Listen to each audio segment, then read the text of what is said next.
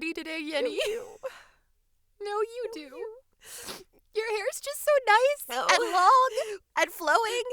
And every time I talk about long hair, somebody's like, Sarah, why don't you grow your hair out? And I'm like, because it doesn't look that good. No, I would love you with long and short hair, no matter what. I bet the long hair would look nice on you, but your pixie cut just looks so great on you. I love my pixie cut, and it's one of those weird things where my short hair makes me feel more girly. And I'm like, You're definitely the girlier one out of the two of us.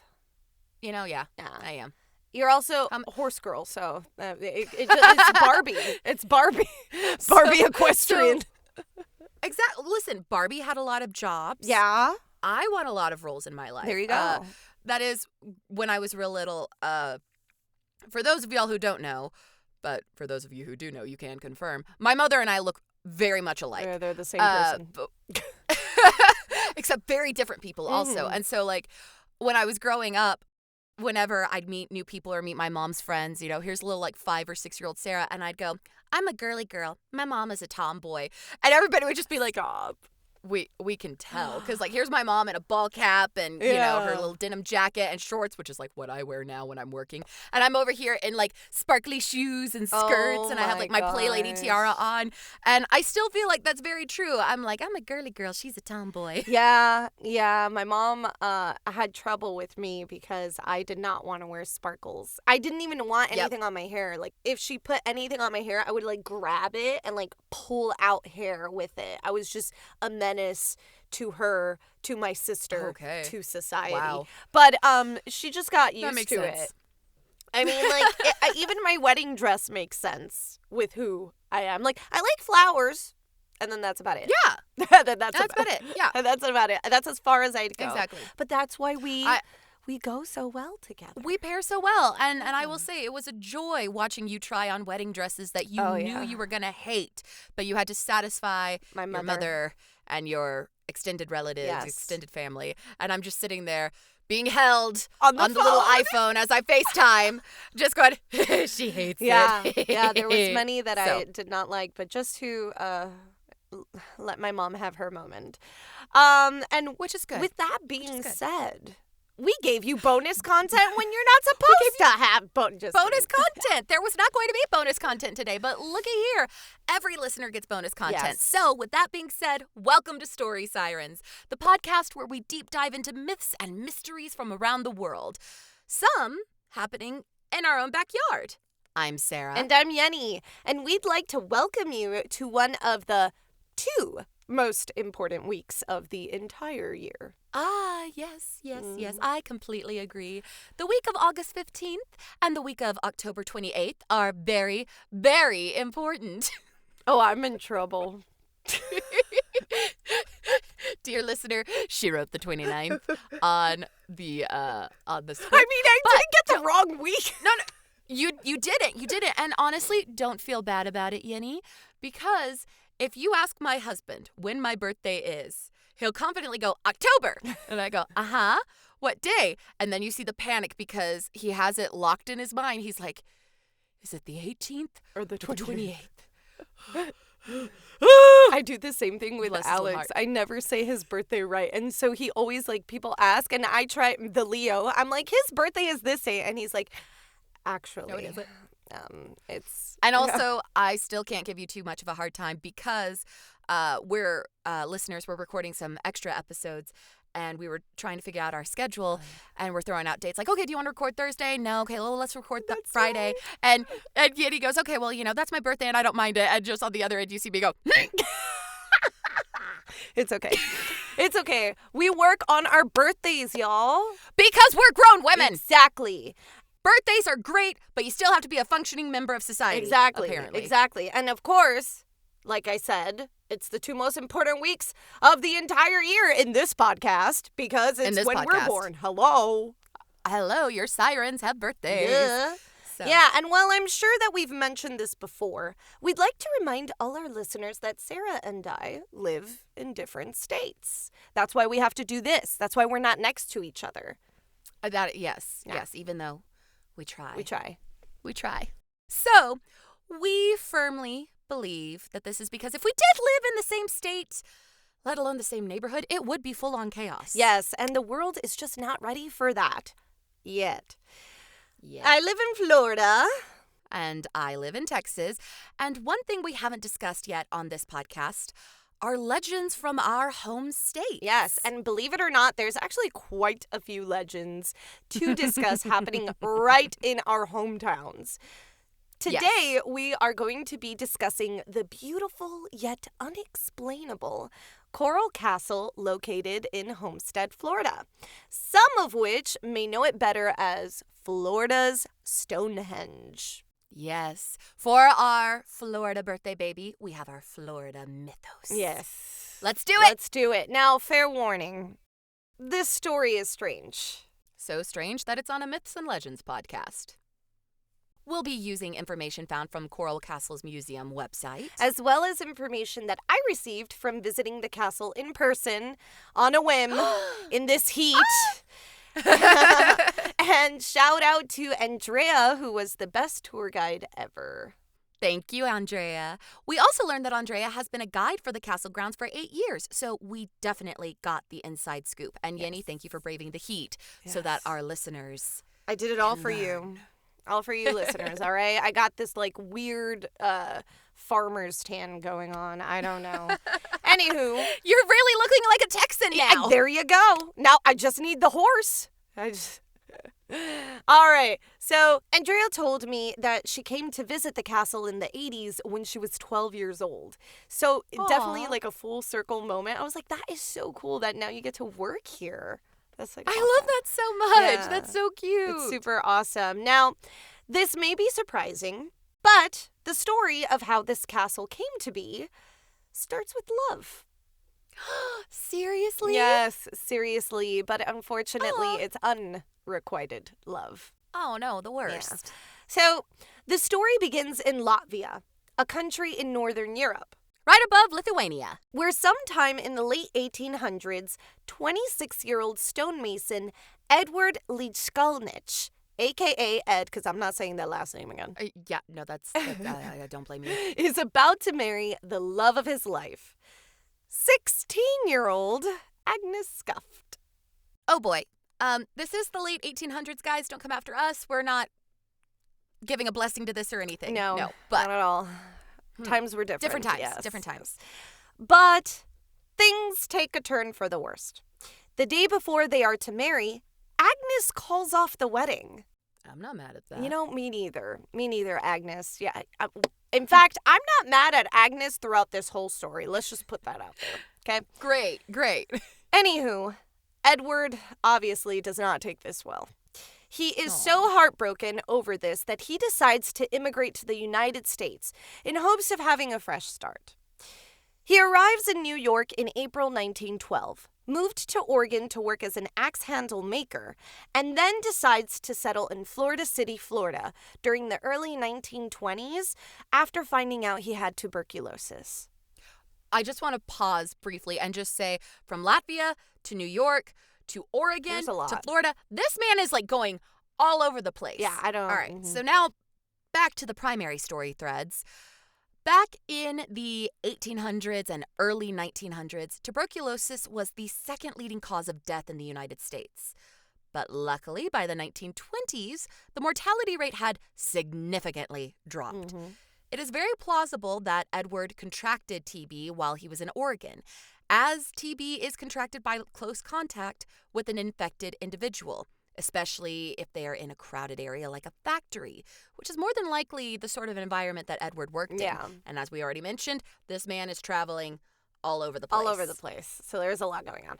But tour guide Andrea did mention that this actually has been debunked, although it's still on the website that he had tuberculosis. She told me it has been debunked. They have... But he didn't have tuberculosis? Okay. Yeah. They have Ed's autopsies, and they found no traces of tuberculosis. So in other words, Ed lived misdiagnosed? Yep. Yeah. Poor thing. Yeah. That's its own kind of modern day curse. Yeah. A misdiagnosis for a health issue is not something I would wish on anybody. No, not at all. But I mean, hey, don't feel bad though. Ed lived a pretty long life and got a lot accomplished. So. Oh, okay. Okay, so he lived a full life. Yes. That's comforting. Yes. Now, in 1923, Ed bought an acre of land in Florida City for $12. $12, y'all. You can't even buy a meal with that amount anymore. Yeah. Oh my god. I'm like, what?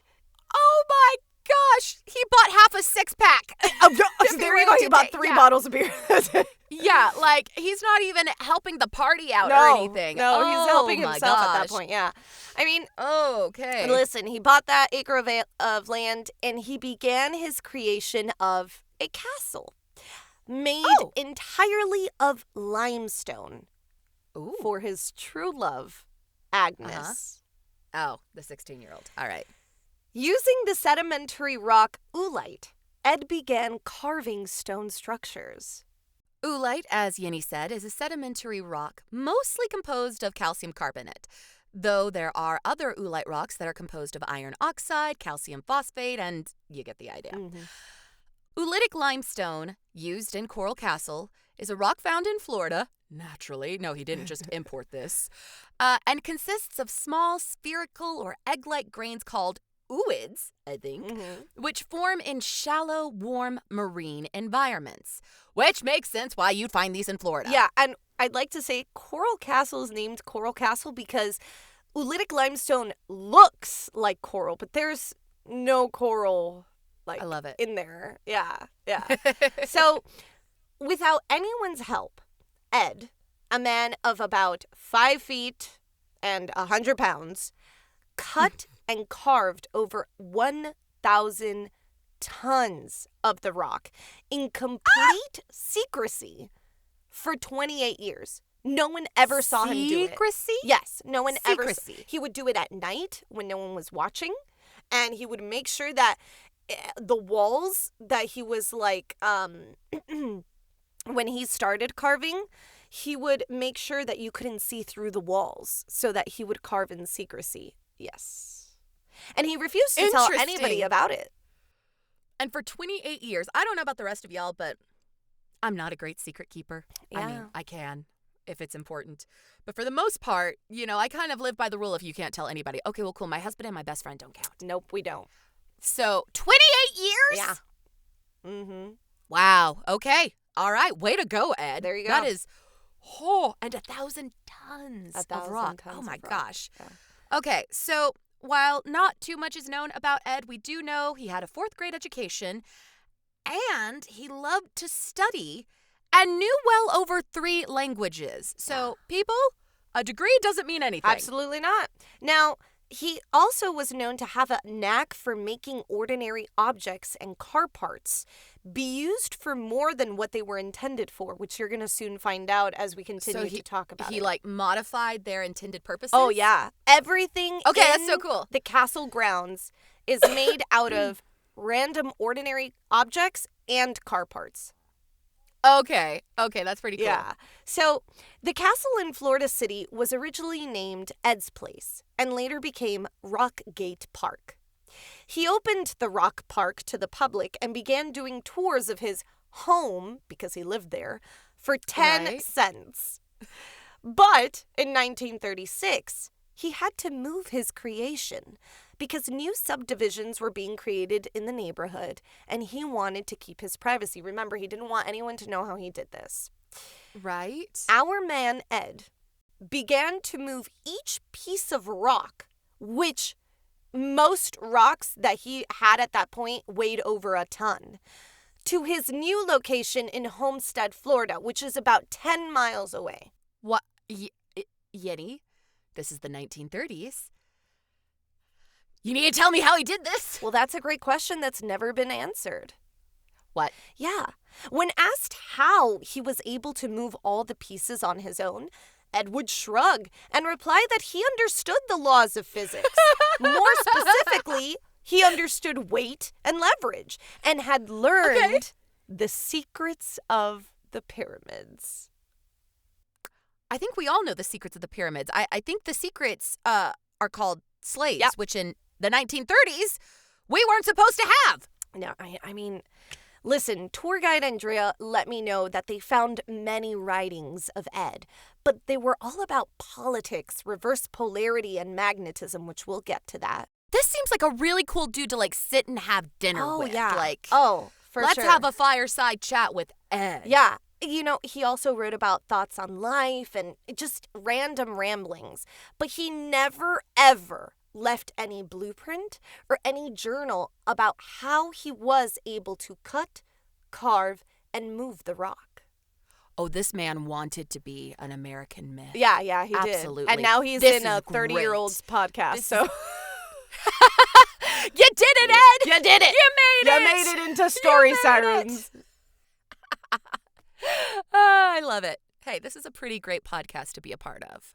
Just saying. So, if you're wondering about the secrets of the pyramids, know that eventually we will be covering the pyramids. Eventually. Later on in this show. But for now, we can give you a little bit of knowledge. Mm-hmm. Just like Ed's castle, there is no exact explanation on how the pyramids were built, only speculation. Egyptians of the time period of the building of the pyramids only had copper tools like saws, drills, and chisels, which they used to cut into the softer stone. For tougher stone, like granite, for the burial chambers, it is believed that they may have used sand to assist them in cutting it. Again, this is all speculation. Mm-hmm. And as for moving the pyramid stones, historians believe it was a series of ramps and pulleys that aided the Egyptians or their slaves doing the work. Yeah. But apparently, Ed did this all on his own. And before any of you say it, we'll just go ahead and do it for you. Aliens. Oh, yeah, that's right, coming out. That's done. coming out in a bit. We'll talk about those theories. Now, Ed loaded and unloaded all tons of stone during the move from Florida City to Homestead. Which, again, how far is that distance? 10 miles. Now, oh my gosh. No one ever saw him do it, like I said. It would just be there by morning. It would happen only at night. Now, here's two tales that were told about the moving of the rocks from Florida City to Homestead. The first one comes from the person who actually let him borrow the tractor that he would place the stones in. So we do have some evidence. Sort of. So okay. Ed would tell him, turn around, so that he would not be able to see how Ed would place them into the tractor. And then Ed would be like, okay, you can look now. And then the stones were placed perfectly on the tractor, one on top of the other. Second theory. A group of teens say they caught Ed moving the rocks once, claiming that they saw the rocks levitating into the air. He moved them from one spot to another, the rocks seemingly floating next to him. Mm-hmm. Oh my gosh, Ed's an earthbender. He was the next Avatar. And we broke the cycle! The cycle! That explains 2025! No! 2020 and everything since then! Oh my gosh, when did he die? Because now I'm like, wait a minute, what happened? What happened? We gotta wait until the end. Hold on. Okay. I'm sorry. I'm He's getting stuck excited in the here, spirit realm. Oh, thanks, Cora. Now Ed is gone too, because you damn... Now Ed is gone! We blame Cora. That poor girl. She gets blamed for That poor everything. girl. No, we don't blame Cora. Cora do. just unfortunately had a lot of hard choices to make that any Avatar would have been blamed for. Unfortunately, it's just all landing on Cora.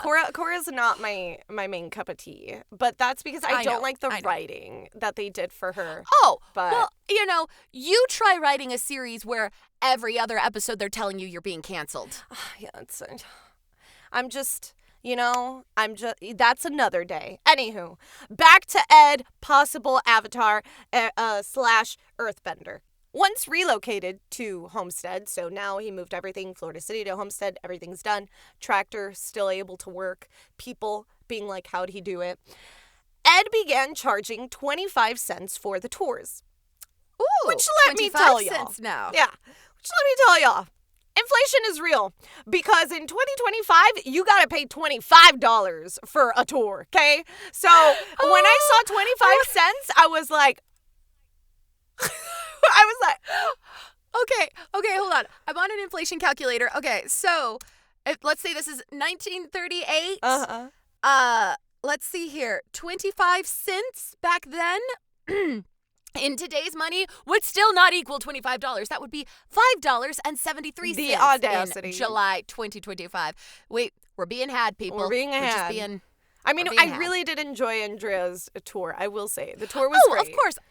Yeah. Andrea sounds lovely. Oh, We she are was. not critiquing Andrea. Yeah. We're critiquing the system. Oh, But anyway. Absolutely. Now, Ed lived on his castle grounds and would have guests ring a bell twice at the stone gate to signal that they'd like a tour of his home. It was very cute. Okay, that's adorable. He especially loved giving tours to kids. Aww. Yes, even making them hot dogs right on the castle grounds, which he'd sell for 2 cents a pop.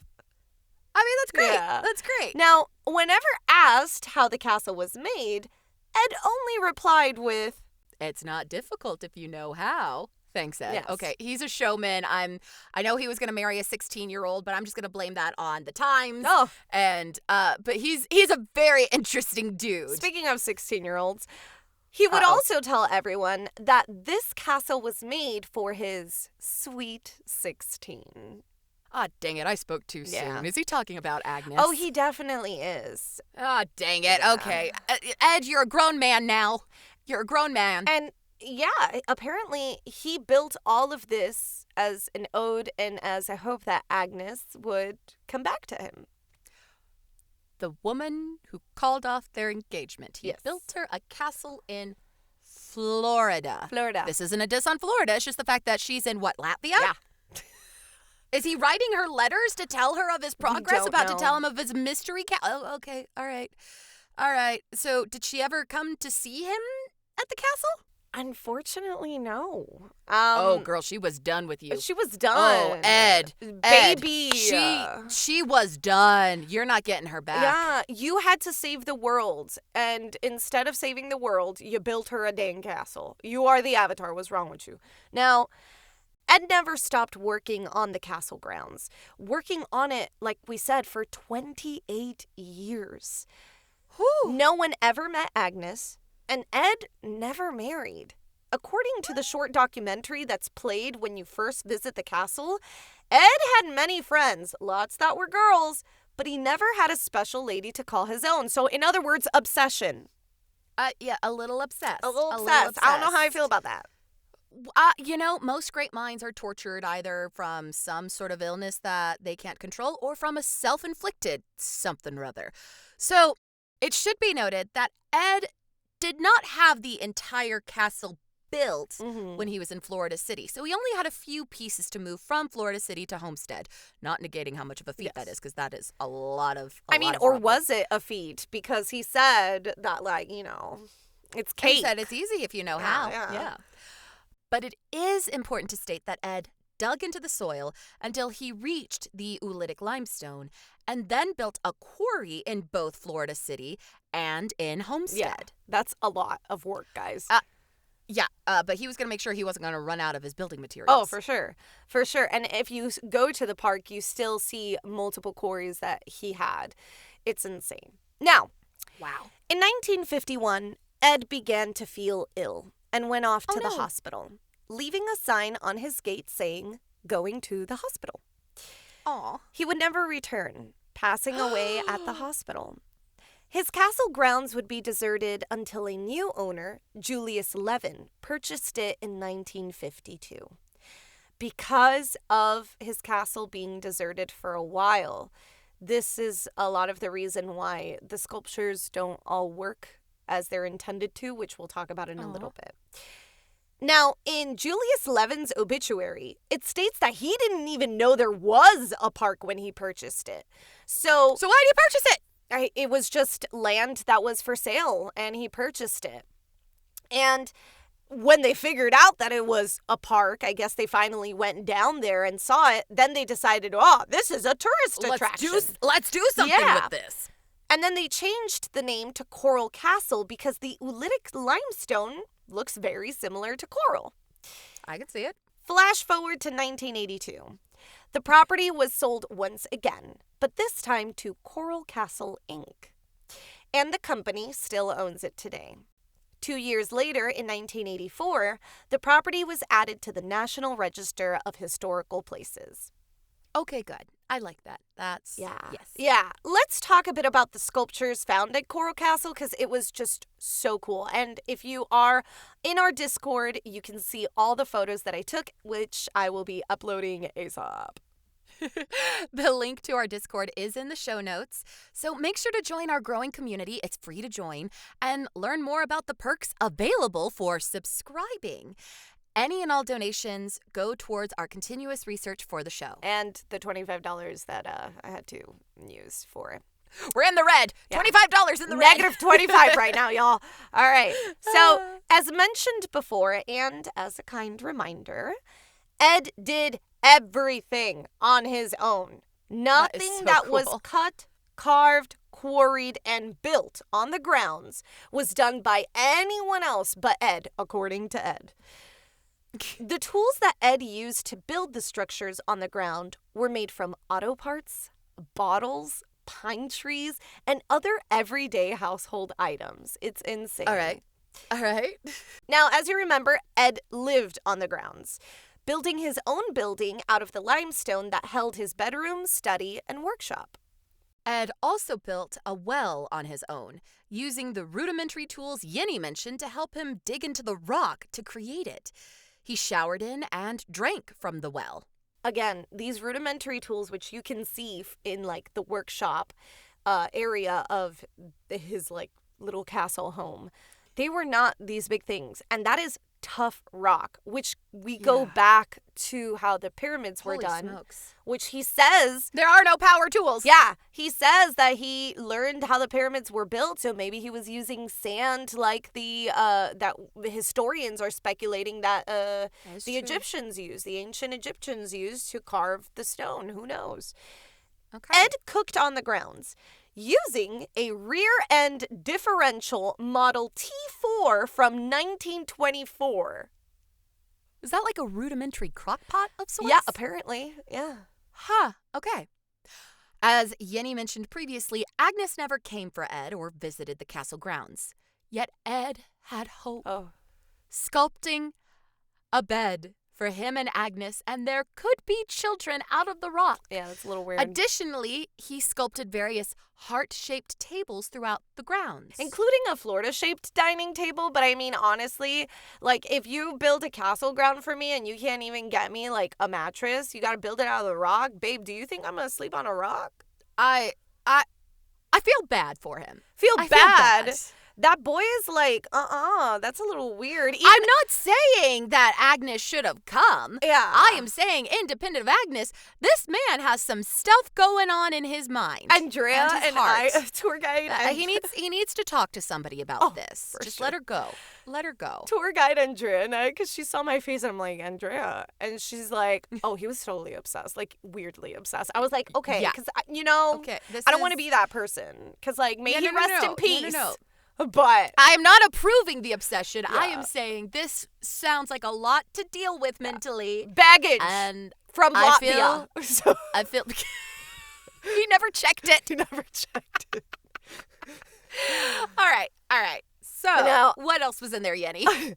Alongside the beds, well, and kitchen, Ed made his very own version of a Polaris telescope. What? Yes. He loved the stars and astrology, as you will soon learn, and had his telescope made that would let him see the North Star. It was super cute. Did he make it out of stone? Yes, everything is made out of stone. Everything is made out of stone. So it's literally an obelisk pillar with a circle. Okay, and then, so with the lenses. And then that's like tall, and then you have a shorter wall with a little hole. Right. And then you could look through the hole to see the obelisk circle, and there is it's crazy. You will see the pictures on our Discord. It's insane. Okay. Now, here's a little funny fact. The telescope, until a few months ago, used to have two sticks that would create a center point directly at the star. So in the obelisk tower, you'd have the circle and then two little sticks. But as Miami as it can get, an iguana decided to make that her home, and the sticks fell. So no worries, guys. They should be fixing it soon. So by the time you're there, unless another iguana has decided to make home in the telescope, yeah. That's really cute. Yeah. That's really cute. All right, speaking of stars, the way the castle is built has both astrological meanings and geometric shapes found throughout the grounds. Mars, Saturn, Venus, and Earth's moon are carved into a portion of the walls. Due to this, theories of Ed being a Freemason have been circulated. Oh, yes. And perhaps that theory could be an actual fact. There's 2 structures on the grounds with a 6-pointed star. Upon seeing this, visitors presumed that he was Jewish and asked him. Right. But he responded that he was Lutheran. The 6-pointed star, or Seal of Solomon, is a symbol of Freemasonry. But that's a whole other enchilada. One that we will not be cooking up for quite a while. Yeah, I don't. There are 3 rotating structures made of oolitic limestone on the grounds. One is a gate that used to be pushed by just a finger. Unfortunately, due to erosion and rust, it can no longer rotate. We must remember that all the tools Ed used were mostly from car parts. Yes. And with time, they're bound to break and rust and fall to disrepair. Now, just so you know, that gate is still there in the park, and it is like its own ton rock that just swivels. Wow, that's so cool. Insane. Speaking of rust, remember when the visitors had to ring a bell to signal Ed that they wanted a tour? That gate, unfortunately, rusted off. So, very unfortunate. You can't see it anymore. Okay. You will find a sundial that tells time, day, and season on the grounds, which so many found incredible to believe that Ed was the one who created it. Yeah. I feel like they also underestimated Ed a lot because of the fact that he didn't have a high education. I mean, he was able to build all of this, including a sundial, you know. I love and it. the sundial, the point of the sundial that is used to create the shadow is a car part. It's like a little metal car part. It's so cool. I love that. So the 2 heaviest pieces on the ground are a 28-ton obelisk, which is not the telescope one. The obelisk for the telescope, that's something else. There's a 28-ton obelisk that's 25 feet high. And a 3-piece wall, which has the middle piece weighing about 30 tons. The obelisk itself, that's 28 tons, has a written carving done by Ed, which states, made 1928, moved 1939. Oh, this dude had a sense of humor. He had a sense of humor. Oh my gosh. The 28-ton obelisk from 10 miles away from Florida City to Homestead.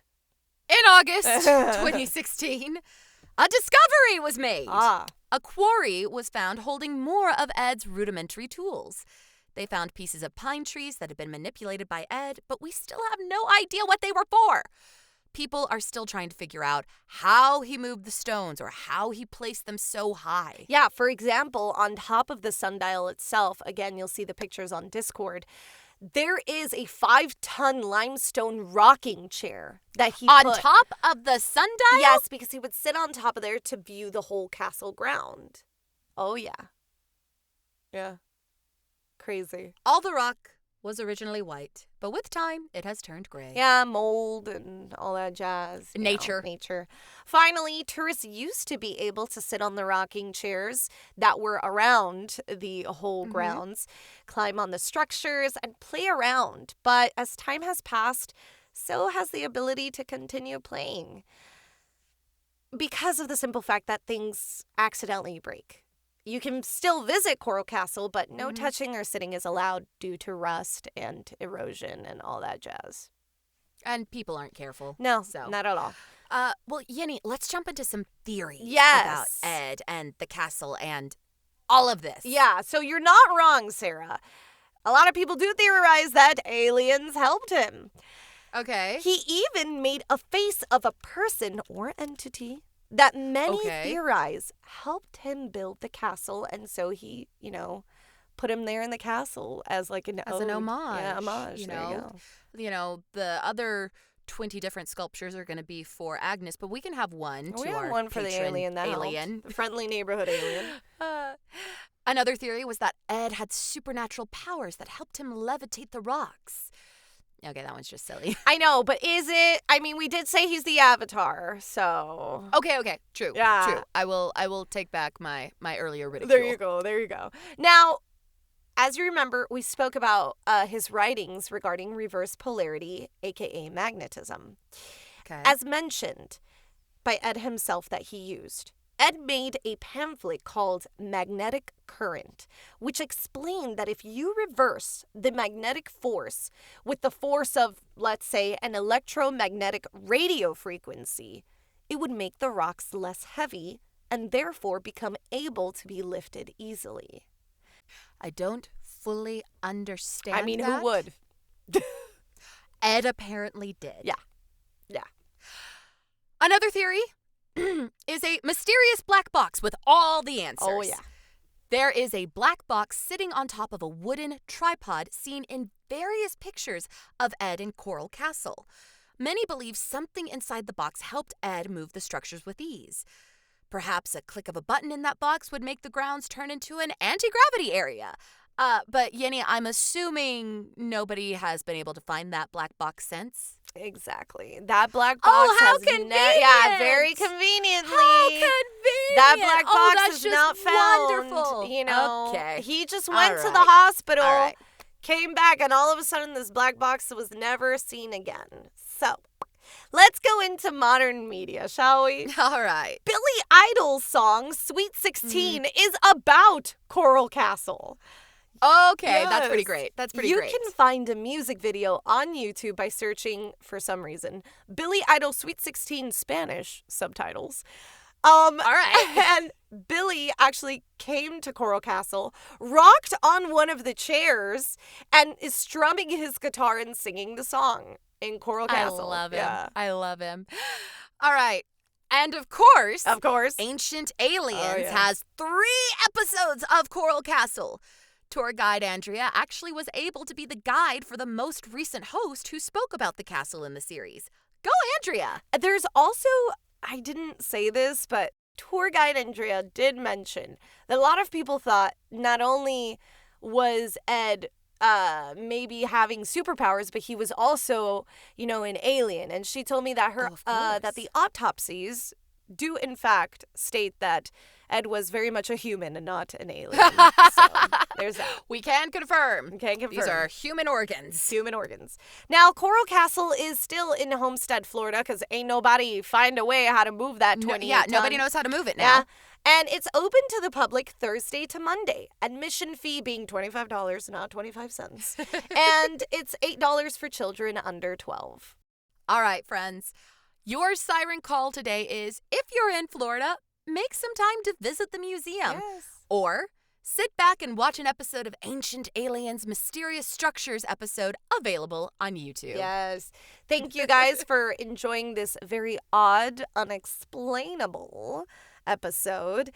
What are your theories? Do you think Ed was the Avatar? Or do you think he was helped by a human? He was helped by an alien.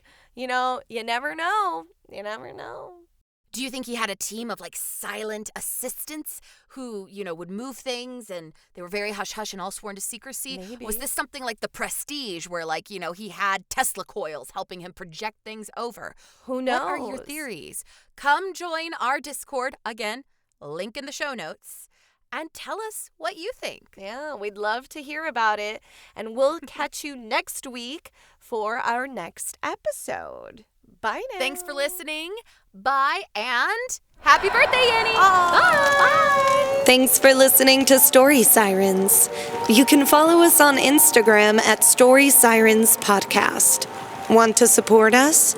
Send us a cup of Ko-fi by searching ko-fi.com/storysirens. We've got lots of treats for those who become siren seekers. All research materials can be found in the episode summary.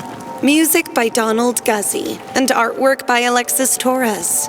Story Sirens is a Feather and Fin production. See you soon.